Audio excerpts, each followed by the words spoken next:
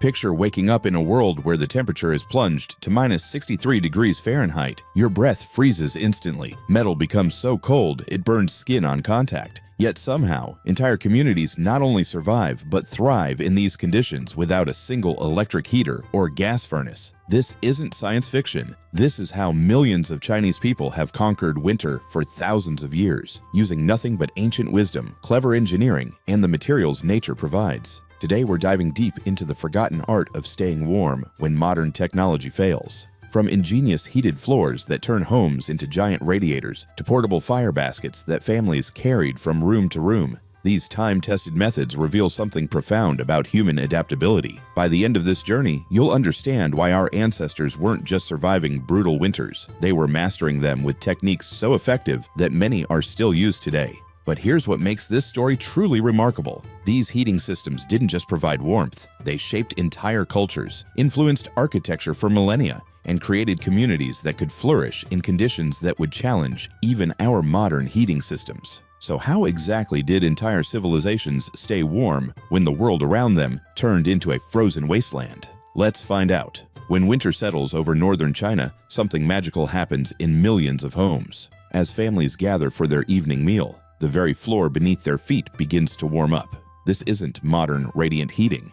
This is the kang, a masterpiece of ancient engineering that has kept Chinese families warm for over 2,000 years. The kang represents one of humanity's most brilliant heating innovations. Picture a raised platform made of thick brick and clay, large enough for an entire family to sleep on. But here's the genius part. Beneath this platform runs a network of channels connected to the kitchen stove. As families cook their meals, hot air and smoke travel through these hidden tunnels, warming the massive thermal mass of the platform above. What makes the kang truly extraordinary is how it stores heat. Those thick bricks and clay materials act like a giant battery, absorbing warmth during cooking and releasing it slowly throughout the night. Even after the fire dies down, the platform stays warm for hours, sometimes until morning. It's a system so efficient that it wastes absolutely nothing. Every bit of energy from cooking dinner also heats the bedroom. But the kang isn't just a heater, it's the heart of family life. During the day, it serves as a living room where elders tell stories and children play. Low tables are placed on its warm surface for meals. At night, it transforms into a heated bed where the entire family sleeps together, sharing both space and warmth. The design is so practical that many rural areas still use updated versions today, proving that sometimes the old ways are the best ways. The beauty of the kang lies in its simplicity and sustainability. No electricity, no gas bills, no complex maintenance, just fire, earth, and brilliant design working together to create a warm haven against the cold. As snow piles up outside and temperatures plummet, families rest peacefully on their heated platforms, surrounded by the gentle warmth that their ancestors perfected centuries ago. While the kang provided steady background heat, Chinese families needed something more portable for immediate warmth. Enter the huo pen, the charcoal brazier that brought intimacy and ritual to winter heating. Picture walking into a traditional Chinese courtyard on a frosty morning. The air is sharp enough to make your breath visible, but then a servant appears carrying a round metal basin glowing with gentle red embers. This small portable heater could transform any room into a warm refuge. The huo pen was democracy in action. From imperial palaces to humble tea shops, everyone relied on these elegant heating devices. The secret lay in the fuel, carefully prepared charcoal that burned clean and smokeless for hours. Unlike wood fires that crackle and spit, charcoal glows with steady heat that won't consume oxygen or fill rooms with dangerous smoke. The ritual of using a huo pen was almost ceremonial. Families would sprinkle orange peels or herbs on the glowing coals, filling the air with fragrant warmth. Scholars wrote poetry beside their braziers, sipping tea while the gentle heat kept their fingers nimble enough to hold brushes. In wealthy households, these heaters became works of art, crafted from brass and copper with intricate carvings and jade stands. But for ordinary people, the huo pen meant survival. One small bowl of burning charcoal could make the difference between a livable room and a frozen chamber. The portability was crucial. Unlike fixed heating systems, a brazier could follow you from room to room, providing heat exactly where and when you needed it. Of course, the huo pen carried risks. Without proper ventilation, carbon monoxide could build up silently and lethally. But Chinese families mastered this balance through generations of careful use. They learned to read the color of the coals, to position the brazier for optimal airflow, and to respect the quiet power of contained fire. Today, some traditional tea houses still light charcoal braziers during winter, their glowing embers connecting us to centuries of patient warmth. The Huo Pen reminds us that sometimes the most effective heating comes not from powerful machines, but from understanding fire itself. Beyond individual heaters, Chinese engineers developed something truly revolutionary: floors that generated their own heat. Imagine stepping barefoot across a room in the dead of winter and feeling warmth rise from the ground itself. This wasn't magic. It was the ancient art of heated brick floors, where entire homes became giant radiators. The concept was brilliantly simple, yet incredibly effective. Beneath the floor, builders created a maze of flues connected to the kitchen hearth. As families cooked their meals, hot air and smoke traveled through these channels, warming the thick clay and brick slabs above. The floor absorbed this heat during cooking and released it gradually for hours afterward.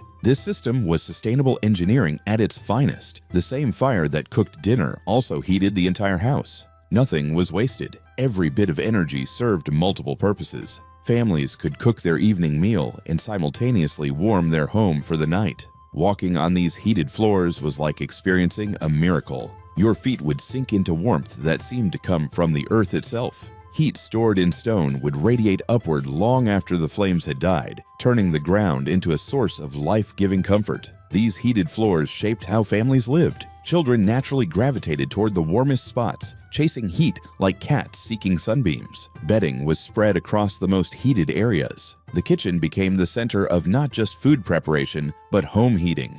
Architecture followed function, with room layouts designed to maximize heat distribution from the central cooking area. Even today, modern radiant heating systems follow this same principle, proving that ancient Chinese engineers understood something fundamental about comfort and efficiency. The idea that heat should come from below, that thermal mass can store and release energy, that cooking and heating can share the same source. These insights were revolutionary thousands of years ago and remain brilliant today. In rural northern China, you can still find homes with heated floors, updated with modern materials but following the same time-tested logic. It's a reminder that good ideas don't become obsolete, they evolve. While sophisticated heating systems warmed the wealthy, ordinary Chinese families relied on something much simpler yet equally ingenious: the Tuzzawo, the earthen stove molded directly from the soil beneath their feet.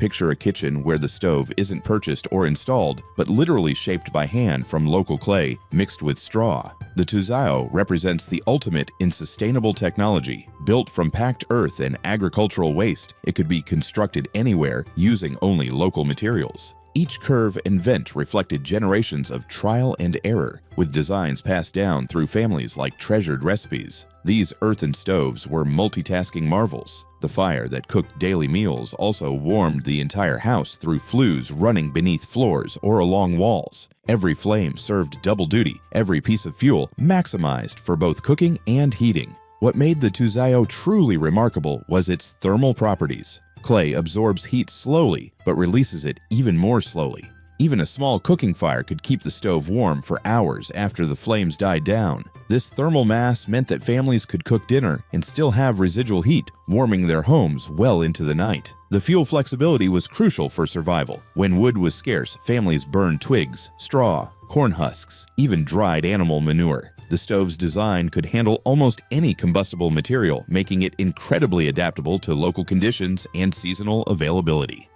But the Tuzzawo was more than a cooking device. It was the spiritual heart of the home. In traditional belief, the kitchen god Zhao Jun watched over families from this very hearth, recording their deeds for the heavens. To extinguish the stove's flame was considered breaking the home's spirit. The fire represented continuity, prosperity, and the unbroken chain of family life. Even today, many rural Chinese families maintain their Tuzzawo not just for practicality, but for the incomparable flavor it gives food. Meals cooked over earth and wood carry a depth and smokiness that no modern appliance can replicate. The taste connects them to thousands of years of culinary tradition. As night falls and the cooking fire dims, the clay walls continue radiating warmth, a gentle reminder that sometimes the most powerful technology comes not from factories, but from the earth itself. On the coldest nights, when even the best heating systems couldn't reach every corner of a home, Chinese families turned to one of the simplest yet most effective warming methods ever devised: heated stones. Picture lifting a smooth river rock from the hearth, its surface glowing with trapped fire, then wrapping it in cloth and slipping it beneath quilts to transform your bed into a warm sanctuary. The warm stone bed technique stretched back thousands of years to regions where fuel was precious and winters merciless. Unlike fires that required constant tending, heated stones worked silently through the night, releasing their stored warmth gradually like a steady heartbeat. The science was elegantly simple. Dense stones like granite could absorb enormous amounts of thermal energy and release it slowly over many hours. Once heated thoroughly in the fire, a large stone might stay warm until dawn, providing steady comfort without any maintenance or fire risk. Mountain families became experts at selecting the right stones. River rocks worked best because they had been naturally smoothed and were less likely to crack from thermal shock. Granite held heat longest, while sandstone provided gentler, more gradual warming. Each type of stone had its purpose, chosen like tools for specific jobs. The ritual of preparing warm stones became a nightly ceremony of family care.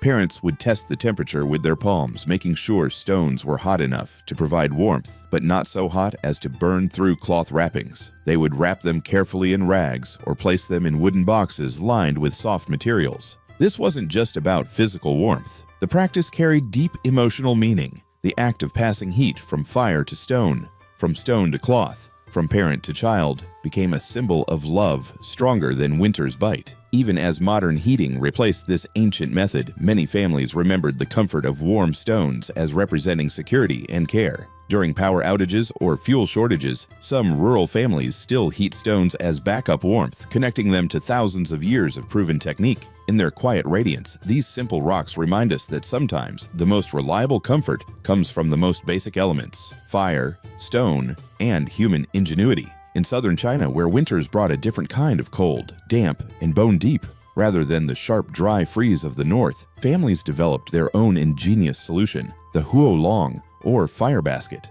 Imagine carrying your own personal hearth from room to room, a woven container filled with glowing coals that could transform any space into a warm refuge. The fire basket was portable warmth perfected. Crafted from split bamboo or formed from iron, these containers held a mixture of ash, sand, and carefully managed charcoal. The result was a breathing fire, alive but controlled, safe enough to hold near your body, yet strong enough to provide heat through long winter nights. The genius lay in the balance of airflow. Woven gaps in bamboo baskets allowed just enough oxygen to keep coals glowing without creating dangerous flames. The ash acted as insulation, slowing the coal's consumption while maintaining steady heat output. Too much air would cause the coals to burn too quickly. Too little would snuff them out. Masters of the huolong learned this dance by feel and experience. Families gathered around these fire baskets like they were campfires, sharing warmth under heavy quilts while roasting peanuts and telling stories. The gentle red glow painted faces like living lanterns, turning cold evenings into intimate gatherings. Children warmed their hands, women mended clothes, and elders gazed into the coals, the flickering light creating a meditation on warmth and time.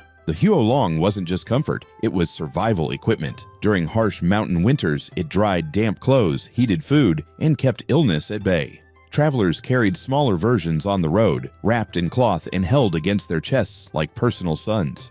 The fire basket made warmth human, portable, and dependable. Even today, in remote villages and traditional tea houses, some people still keep a huolong by their feet when modern heating fails. The scent of charcoal and bamboo lingers like nostalgia, proof that the simplest technologies often burn the longest in human memory. While fire baskets provided mobile warmth, Chinese families also perfected the art of portable heat through another ancient invention, the hot water bottle. Long before rubber or electric heating pads existed, craftsmen created vessels of bronze, brass, and copper designed to capture fire's fleeting energy and hold it close to the human body. These weren't simple containers, but sophisticated heat storage devices called nuon ping or warm water flasks. They came in various shapes, some like flasks, others like flattened gourds or rounded discs. Wealthy families commissioned them with engraved dragons and cloud motifs, while peasants used humble clay or iron versions, but the principle remained the same. Water's superior thermal properties made these devices remarkably effective. When heated, water stores far more energy than air, making it an ideal medium for portable warmth. Poured into metal containers and wrapped in fabric, heated water became a mobile sun that could radiate steady comfort for hours. The versatility was impressive. Large bottles warmed beds before sleep. Smaller versions served as hand warmers, hidden within sleeves during winter walks or tucked under infant blankets. Scholars kept them beside inkstones, ensuring their fingers could hold brushes steady through bitter nights of writing. In imperial courts, these hot water vessels became works of art. Some were gilded, others painted with enamel, many fitted with elegant handles and tight sealing lids. But whether crafted for emperors or farmers, they all served the same human need, transforming the fleeting warmth of fire into lasting personal comfort. The hot water bottle represents a perfect fusion of simplicity and effectiveness. No complex mechanisms, no external power source, just heated water and human ingenuity creating reliable warmth. Even today, every modern heating pad and electric blanket traces its lineage back to these ancient bronze vessels, proving that good ideas transcend time and technology. For those who needed to carry warmth with them wherever they went, Chinese ingenuity created the huodai, or firebag. Imagine having a tiny furnace hidden beneath your robes, glowing embers wrapped in leather and cloth, providing personal heat during the coldest journeys across frozen landscapes. The firebag was wearable warmth, dangerous if mishandled, but vital in freezing conditions. Small metal or clay containers held glowing coals nestled in ash or sand, designed to smolder slowly without flame. These were slipped beneath layers of clothing or tied around the waist to keep the body's core warm during long travels or guard duty. Creating a safe firebag required considerable skill. Too much airflow and the embers would flare dangerously. Too little and they would die. Experienced users learned to balance ventilation perfectly, ensuring warmth lasted through night watches or mountain crossings without burning clothing or skin.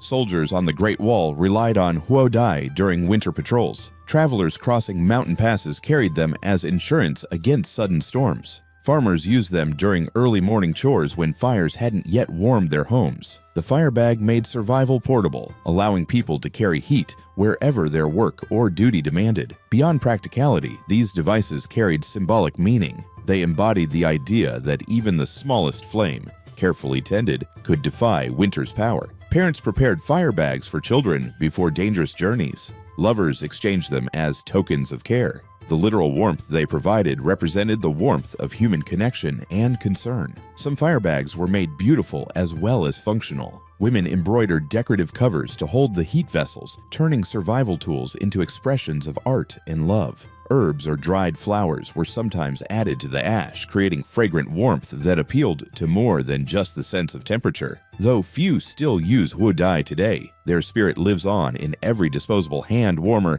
and rechargeable heat pack. They remind us that innovation often begins with the most basic human needs, and that true ingenuity lies in making warmth something we can carry with us.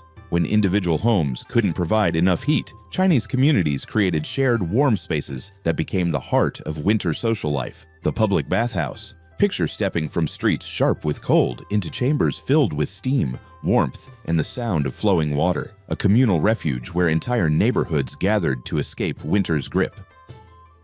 The bathhouse was ingenious civic engineering. Beneath stone floors, massive stoves roared, channeling their heat through flues that warmed every room. Enormous quantities of water were heated in great wooden tubs, creating steam that clung to ceilings and walls, transforming the air itself into a source of warmth. The efficiency came from shared resources. By concentrating heat from one enormous furnace into a single building, entire communities could enjoy comfort while using minimal fuel per person. The building trapped moisture and warmth, the steam itself softening the air and creating an environment that felt like summer in the depths of winter. These weren't just bathing facilities, but social hearths where winter life flourished. Farmers came in from frozen fields, soldiers from cold guard posts, scholars from unheated studies. Inside the steamy chambers, social barriers dissolved. Rich and poor shared the same fog, the same warmth, the same relief from the relentless cold outside. The bathhouse carried deep symbolic meaning in Chinese culture. To cleanse oneself in fire-heated water represented renewal of both body and soul,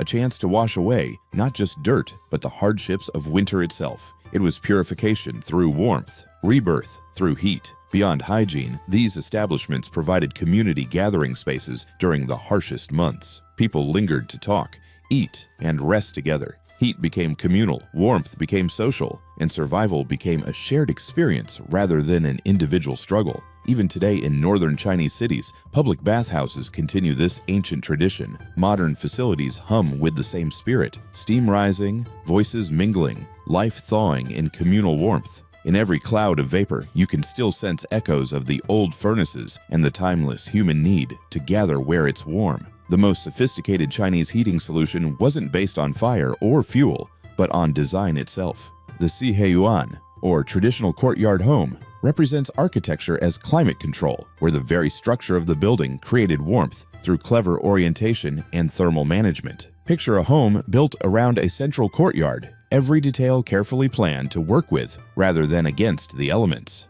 The outer walls, constructed from dense brick and clay, formed thick thermal barriers that kept cold air out while storing whatever heat the weak winter sun could provide. The courtyard itself faced south, drinking in every available ray of sunlight, while the tall northern walls blocked frigid winds. This wasn't accidental, but the result of thousands of years of architectural evolution, with each generation refining the design for maximum comfort with minimal energy. The genius lay in how all the components worked together as a system. Individual rooms connected along the courtyard's edges, sharing walls that retained warmth from adjacent fires or cooking stoves. Wooden beams, clay tiles, and thick earthen floors collaborated like instruments in an orchestra, creating harmony between structure and climate. Even the roof slopes and window positions were calculated for thermal efficiency. Materials were chosen not just for durability, but for their heat storage properties. The entire compound breathed warmth through intelligent design rather than brute force heating.